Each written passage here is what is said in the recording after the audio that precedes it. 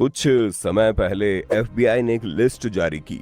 ये list sharp हैकरों की थी, जिसमें एक हैकर का नाम था हैप्पी हैकर। असल में उसे हैप्पी हैकर कहने की एक सबसे बड़ी वजह यह भी कही जाती है कि उसकी जितनी भी तस्वीरें अब तक जमाने के सामने आई है, उन सभी में उसका चेहरा मुस्कुराता हुआ ही नजर आता रहा है। लेकिन उसने जो कारनामा किया, उसने लोगों की नींद उड़ा दी। असल में इस हैकर के किस्से का सिलसिला शुरू होता है साल 2009 में। अमेरिका के जॉर्जिया में कुछ बैंकों को अजीब सी शिकायतें मिल रही थी। किसी की शिकायत थी कि बैंक के खाते से उनके पैसे बिना उनके निकाले ही निकल रहे हैं। और ये शिकायत सिर्फ आम कस्टमर्स की नहीं, बल्कि बड़े बड़े अधिकारियों और बिजनेसमैन लोगों की भी थी। लेकिन बैंकों में दर्ज हो रही शिकायतों में से सबसे ज्यादा चौंकाने वाली ऐसी ही एक शिकायत थी दुनिया भर को सॉफ्टवेयर बनाकर देने वाले कंपनी माइक्रोसॉफ्ट की। इसके बाद से पुलिस अब ज्यादा चौकन्ना हो गई। उसे समझ में आ गया कि ये मामला बेहद गंभीर और संगीन है, और साथ ही अंदाजा जॉर्जिया की पुलिस ने लगा लिया कि ये अब उसके बस की बात भी नहीं। इस बेहद गंभीर मामले को लेकर एफबीआई अलर्ट हो गया। एफबीआई ने जब शिकायतों के अंबार को देखा तो वे भी चौंके बिना नहीं रह सके, क्योंकि तब तक करीब 60 मिलियन कंप्यूटर हैक किए जाने की शिकायतें दर्ज हो चुकी थी, जिनसे जुड़े खातों को खंगालकर उन्हें करीब करीब खोखला किया जा चुका था। और ये सब कुछ हुआ महज 3 साल के भीतर। हैकिंग के इस मामले में जब एफबीआई जांच के मैदान में कूदी, तो वो ये बात अच्छी तरह से समझ चुकी थी कि इतने सारे कंप्यूटर को जिसने भी खंगाला है, उसकी तमाम जानकारी, डेटा और खाता सभी पर एक तरह से उस शख्स का अख्तियार हो गया होगा जो न जाने कहां था। लेकिन उसकी वजह से पुलिस अंधेरे में जरूर भटकने को मजबूर हो गई थी। एफबीआई की ये जांच कहती है कि इस हैप्पी हैकर ने महज 3 सालों के अंदर अपने एक साथी के साथ मिलकर 2009 से 2012 तक $6 बिलियन यानी 3 खरब 5 अरब 66 करोड़ 6 लाख रुपए अलग अलग खातों से हड़प लिए थे। ये इतनी बड़ी रकम है कि इसे शायद गिनने में आम लोगों को शायद इतना ही वक्त लग जाए जितने समय में इसे चुराया गया। शायद ये इस रकम का ही कमाल था कि इसने एफबीआई के साथ साथ इंटरनेशनल पुलिस को भी बुरी तरह से बेचैन कर दिया था। एफबीआई के सामने सबसे बड़ा सवाल यही था कि आखिर ये है कौन जिसने पूरी दुनिया के पुलिस के साथ साथ दुनिया की तमाम एजेंसियों की भी नींद चुरा ली है। ये एक ऐसा छलावा था जिसकी परछाई तक की जांच एजेंसियों को पता नहीं चल पा रही थी। लगातार कई दिन और कई रातों तक दुनिया भर के तमाम हैकरों की कुंडली खंगालते खंगालते एफबीआई के एजेंट परेशान हो गए थे कि तभी उन्हें एक सूचना मिली। खबर थी अल्जीरिया में एक हैकर है हमजा बैंडेलाज। अब एफबीआई के तमाम एजेंट जो इस प्रोजेक्ट पर लगे हुए थे, सबके सब इस नाम के पीछे पड़ गए। कुछ ही समय में कोई जानकारी निकालने वाली एफबीआई ने देखते ही देखते हमजा बैंडेलाज का भी सारा अतीत निकाल लिया।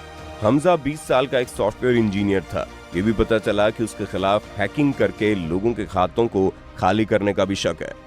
इसी शक के आधार पर अमेरिकी एजेंसी अब इसके जुड़े कारनामों की एक नई लिस्ट तैयार करने में जुट गई।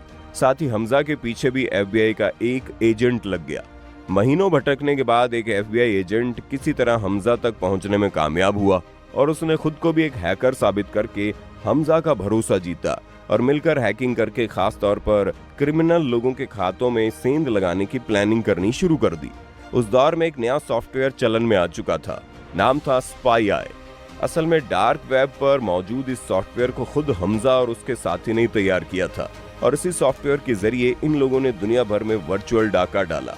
हमजा का भेद खुल जाने के बाद एफबीआई के एजेंट ने अब एक नया प्लान तैयार किया ताकि हमजा को गिरफ्तार किया जा सके।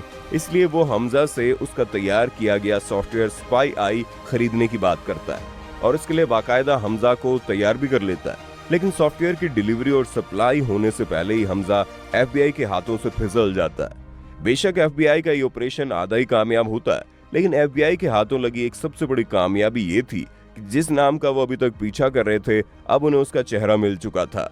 यानी हमजा की पहचान अब एफबीआई को पूरी तरह से मिल जाती है, ताकि उसके चेहरे को वो पूरी दुनिया में फैलाकर दुनिया भर की पुलिस को अलर्ट कर पाए।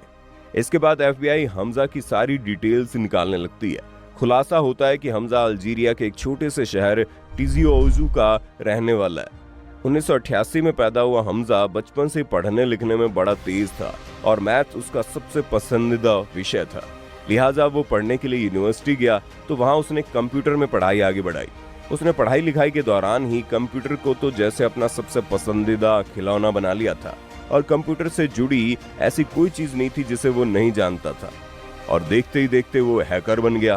पहले तो वो मौज मौज में कंप्यूटर हैक करके लोगों को हैरान कर देता था, लेकिन फिर अचानक वो एक शातिर हैकर बन गया और दूसरे के बैंक अकाउंट्स में घुसने के लिए कंप्यूटर के भीतर ही सुरंग बनानी शुरू कर दी।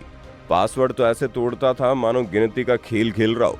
जिस समय हमजा हैकिंग की दुनिया की तरफ तेजी से कदम बढ़ा रहा था, अल्जीरिया से हजारों किलोमीटर दूर रूस में एक और शख्स था जिसे हैकिंग करना बड़ा पसंद था, जिसका नाम था अलेक्जेंडर पेनिन। इसकी उम्र भी ज्यादा नहीं थी, वो 25 साल का था, यानी दोनों ही करीब करीब हम उम्र ही थे। एफबीआई की तफ्तीश यही कहती है जिस सॉफ्टवेयर स्पाई आई के जरिए हमजा ने दुनिया भर के कंप्यूटर्स को खोखला कर दिया, वो असल में पेनिन ने ही तैयार किया था। लेकिन जिस वक्त वो इस सॉफ्टवेयर को लगातार अपडेट कर रहा था, तभी पेनिन को हमजा के बारे में पता चला। दोनों के शौक एक जैसे थे, दोनों की फितरत भी एक जैसी थी, लिहाजा दोनों के बीच जल्दी ही यारी भी हो गई। जब दो दीवाने मिल जाएं तो फिर दुनिया का कहां डर। लिहाजा दोनों ने मिलकर उस सॉफ्टवेयर को बनाया अपना हथियार और निकल पड़े दुनिया को खोखला करने। ये लोग वायरस के जरिए लोगों के कंप्यूटर में एंट्री करते और पूरा कंप्यूटर ही हड़प लेते। लेकिन 2009 में शुरू हुए इस सिलसिले को 4 साल बाद यानी 2013 में अचानक इनकी रफ्तार को ब्रेक लगता है। 8 जनवरी 2013 को हमजा अपनी नई बीवी के साथ छुट्टियां मनाने के लिए मलेशिया गया था।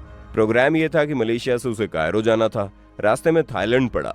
शातिर और शार्प हैकर हमजा इतना होशियार और चौकन्ना रहता था कि अपना फोन कभी भी एक दिन से ज्यादा इस्तेमाल नहीं करता था, जिसकी वजह से उसको ट्रेस कर पाना किसी एजेंसी के लिए मुश्किल हो पाता। एजेंसियों की नजरों में धूल झोंकने के लिए वो अक्सर सैटेलाइट फोन से बात करता था। मलेशिया से छुट्टी मनाने के बाद उसे कायरो के रास्ते से जब थाईलैंड में अपनी फ्लाइट चेंज करनी थी, तभी एयरपोर्ट पर तैनात इंटरपोल के अधिकारी ने उसे पहचान लिया। इसी वजह से पुलिस ऑफिसर ने उसे और उसकी बीवी को एयरपोर्ट पर ही रोक लिया, जहां मुस्कुराकर हमजा सब कुछ बता देता है और पुलिस उसकी बीवी को छोड़ देती है और वो 8 जनवरी 2013 को गिरफ्तार हो जाता है। उसके बाद इंटरपोल एफबीआई से बात करता है और यहाँ से शुरू होती है 5 महीने की न रुकने वाली एफबीआई की दौड़ भाग। इतने नामी और शातिर अपराधी को हाथ से जाने न देने की जिद ने एफबीआई के एजेंट्स को परेशान कर दिया। मई 2013 को हमजा को अमेरिका के अटलांटा लाया गया, जहां उसके खिलाफ मुकदमा चलता है। 2 साल तक चले मुकदमे के दौरान एफबीआई ने हमजा के खिलाफ जो सबूत दिए, उसके मुताबिक हमजा और उसके साथी पेनिन ने 217 बैंकों से करीब 60 मिलियन खातों को खाली करके $4 बिलियन की रकम लूटी थी। अदालत ने जून 2015 को हमजा को इतनी बड़ी रकम का लुटेरा घोषित करते हुए उसे 15 साल की कैद की सजा सुनाई, साथ ही $10 लाख का जुर्माना भी लगाया। हमजा को जेल भेजने के बाद अब एफबीआई की टीम उसके साथ पेनिन की तलाश में जुट गई। कामयाबी के लिए ज्यादा नहीं भटकना पड़ा और जुलाई 2013 को ही अटलांटा एयरपोर्ट से एफबीआई ने पेनिन को भी गिरफ्तार कर लिया। पेनिन पर भी मुकदमा चला और उसे भी जेल भेज दिया गया। इसी बीच सोशल मीडिया पर एक अफवाह तेजी से वायरल हुई, जिसके मुताबिक हमजा को फांसी दिए जाने की बात हवा में फैली। साथ ही हमजा को रॉबिन हुड का खिताब दिया जाने लगा। मुहिम के साथ साथ बहस छिड़ गई कि ये तो गरीबों का मददगार है और अमीरों को लूटकर गरीबों को पैसा देता रहा। खबर तो यहाँ तक फैली कि हमजा ने फिलिस्तीनियों की मदद की। इसकी जांच फिर शुरू हुई तो ऐसा कोई सबूत और सुराग किसी को नहीं मिला कि आखिर इतनी रकम लूटने वाले ने सारे पैसों का किया क्या। इसी बीच ये जानकारी सामने आई कि थाईलैंड एयरपोर्ट पर खुद हमजा ने खुलासा किया था कि उसे 2 ही शौक है और अपने इन्हीं शौक को पूरा करने के लिए जरूरत के मुताबिक बैंकों से पैसा निकालता है और उन्हें खर्च करता है। उसका पहला शौक दुनिया के महंगे से महंगे हवाई जहाज के फर्स्ट क्लास में सफर करना और दूसरा सबसे महंगी जगहों पर रहना। एक आलीशान लाइफस्टाइल का अपना सपना पूरा कर रहा है। हालांकि उसने कहीं और किसी से भी ये नहीं कहा कि उसने लूटी रकम को कहीं किसी भी मुस्लिम संगठन या फिलिस्तीन के लोगों को दी हो। बहरहाल कुल मिलाकर